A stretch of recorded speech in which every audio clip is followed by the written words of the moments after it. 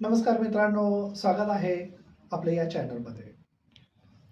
आज आपण रोजच्या प्रमाणे अर्धा तास पुस्तक वाचन केलं, ओम 5 मिनिटं केली, त्यानंतर मुळाक्षरे घेतली. आपण त्यानंतर जेव्हा बाराखडी घेतो तेव्हा बाराखडीमध्ये आपण हॉरिझॉन्टल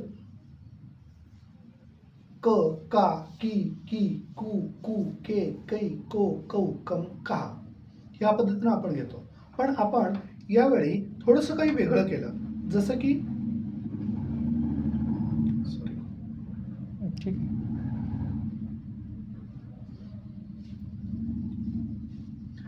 जसं की का, खा, गा, घा,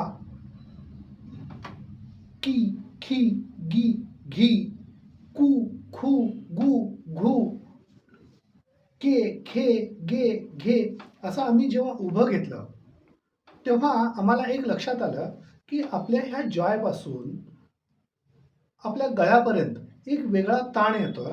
आणखी जीभ थोडीशी हलकी होते. आपण जेव्हा कौ, खौ, गौ, घौ हे जेव्हा म्हणत होतो तेव्हा तोंडातून काही ड्रॉप्स पडत होते, लाळेचे ड्रॉप्स पडत होते.